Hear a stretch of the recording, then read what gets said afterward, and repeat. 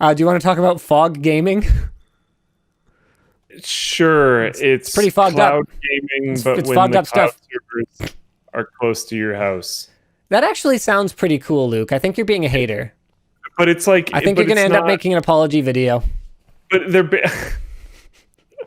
maybe I will, because maybe I don't understand what's going on. That would be very, very fair. But as far as I can tell, it's basically just cloud gaming for only people in Japan. Yes. Okay, so Maybe even more local than that. Maybe it's only people within like a certain vicinity of this previous arcade. So what they're doing, it's a cool idea to yeah. hopefully make so they don't have to close these down completely. But Sega has around 200 arcades spread across Japan, and they've been pretty unused due to, well, COVID stuff. Just the reason why almost every storefront has been pretty unused. Yeah.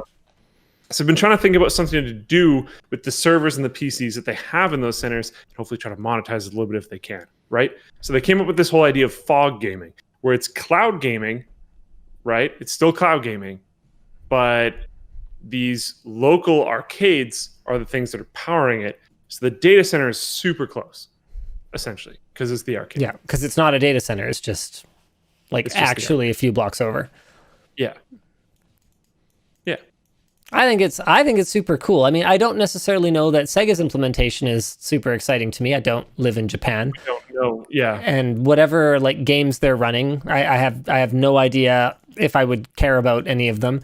But imagining sort of a future where it almost sounds like the kind of thing that someone's going to try and build on the blockchain or something like that, like where you can contribute your GPU power to someone else gaming and join this like gaming network or something.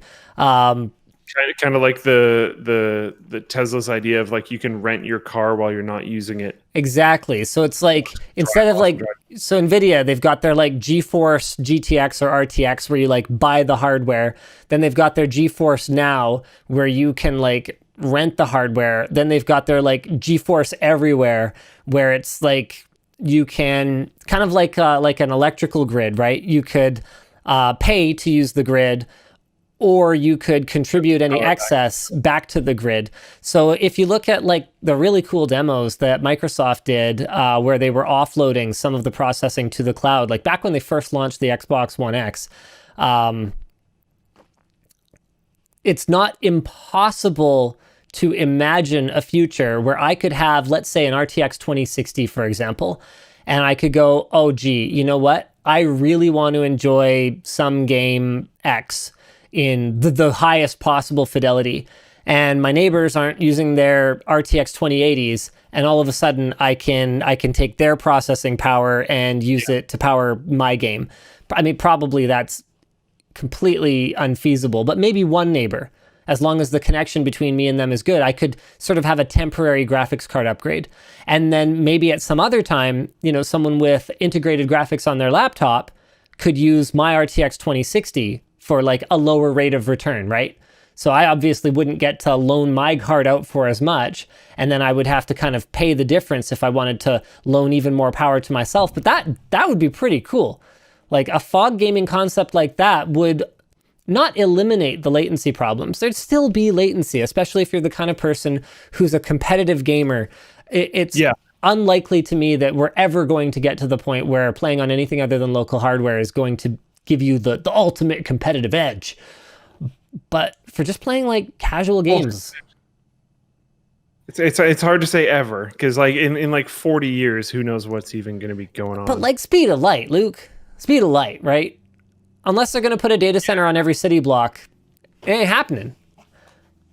I mean, they could do that. They could do that. Just start putting them all underground and just everywhere. That nothing's impossible. You're right. But there's nothing you can do about physical distance other than bring the compute closer to the user.